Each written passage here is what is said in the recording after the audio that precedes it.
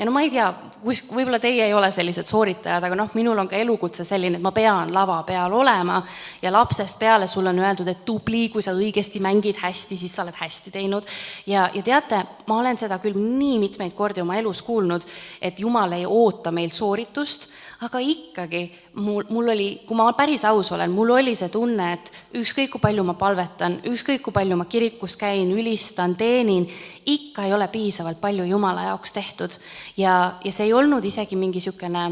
sund, aga see oli see hirm häbi ees, et mis siis, kui see muna, et ma lasen sellel maha kukkuda ja siis vot kõik näevad.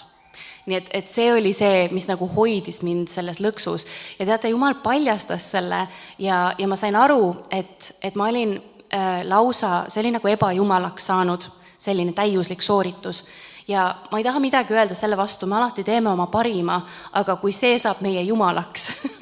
kui see, et kunagi ei ole piisavalt hästi, kui see saab lausa sükseks ebajumalaks, siis et sinu väärtus tuleb sellest, et kui hästi sa oled sooritanud, et sa kunagi seda muna ei lase maha kukkuda, siis ühesõnaga see oli see põhjus, miks mina ei saanud tegelikult rahus ja hingamises olla.